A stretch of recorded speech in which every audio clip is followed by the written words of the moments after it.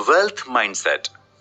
इस चैप्टर में हम दौलत यानी वेल्थ और सबकॉन्शियस माइंड के संबंध के बारे में बात करेंगे। इस संसार में जो भी आया है वो चाहता है कि उसकी लाइफ में दौलत या वेल्थ की कमी ना हो। हर इंसान अपनी लाइफ को बेस्ट तरीके से एंजॉय करना चाहता है, लेकिन एक ट्रूथ ये भी है कि चाहे दुनिया का कितना भी दौलतमंद इंसान क्यों ना हो, वो कभी ना कभी कहता है कि उसे पैसे की और जरूरत नहीं है। जिसके पास जितनी दौलत होती है वो उससे और ज्यादा चाहता है।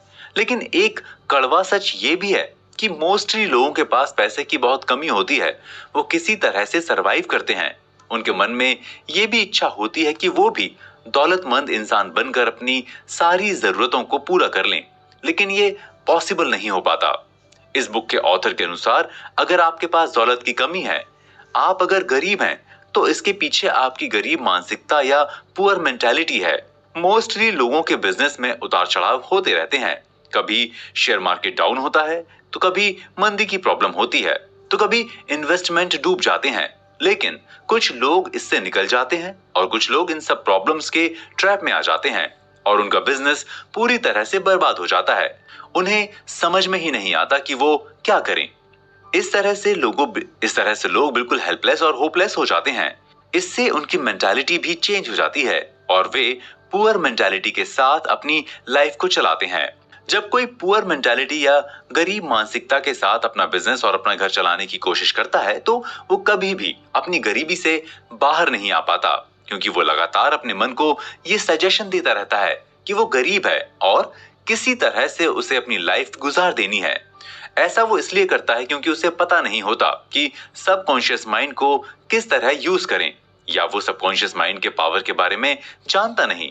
अगर वो सबकॉन्शियस माइंड के पावर को जानता या दौलत पाने के लिए यूज करता, तो कभी वो गरीब नहीं होता या उसकी गरीबी दूर हो गई होती। इसके ऑपोजिट जिन लोगों की मेंटालिटी दौलत पाने और उसे बढ़ाने की होती है, ऐसे लोगों को कभी भी दौलत या वेल्थ की कमी नहीं होती। वे अपनी लाइफ में हर एक जरूरत को अच्छी तरह से पूरी करते हैं। इसलिए अगर आप दौलत चाहते हैं, तो सबसे पहले आपको अपनी मेंटालिटी को चेंज करना होगा। आप दौलतमंद हो सकते हैं। आप अपनी लाइफ में जो चाहते हैं उसे पूरा करने के लिए आपके पास पैसे की कमी ना हो, ऐसा हो सकता है। लेकिन इसके लिए आपको अपने मन के रॉन्ग थॉट्स को चेंज करना होगा और उसकी जगह पर राइट थॉट्स को अपनी थिंकिंग और अप्रोच में शामिल करना होगा। तभी आप अपने सबकॉन्शियस माइंड को ये सजेशन दे सकते हैं कि आप दौलतमंद हैं। लेकिन क्या आपने सबकॉन्शियस माइंड को दौलतमंद होने का सजेशन देने से आप दौलतमंद हो जाएंगे? इस संबंध में इस बुक के ऑथर ने बताया है कि कई लोगों ने मुझसे कहा कि मैं लगातार कई मंथ तक अपने अवचेतन मन को यानी सबकॉन्शियस माइंड को सजेशन देता रहा कि मैं दौलतमंद हूं, लेकिन इससे कुछ नहीं हुआ। एक व्यक्ति ने तो बताया कि मैंने ये सजेशन इतनी बार दिया कि मैं थक गया, लेकिन कुछ भी चेंज नहीं हुआ। इसका मतलब दौलत के लिए सबकॉन्शियस माइंड को दिए जाने वाला सजेशन काम नहीं करता। इस बुक के ऑथर के अनुसार ऐसा नहीं है, काम करता है। लेकिन जब आप सजेशन दे रहे हो और आपको खुद ही बिलीव नहीं हो रहा है कि आप दौलतमंद हैं, तो ये काम नहीं करेगा। जब इस बुक के लेखक ने उन लोगों से बात करके इसके पीछे के रीजन को जाना, तो उन्हें सच्चाई का पता चला। जब वो लोग सजेशन दे रहे थे कि मैं दौलतमंद हूं, तो उन्हें फील होता था कि वे झूठ बोल रहे हैं।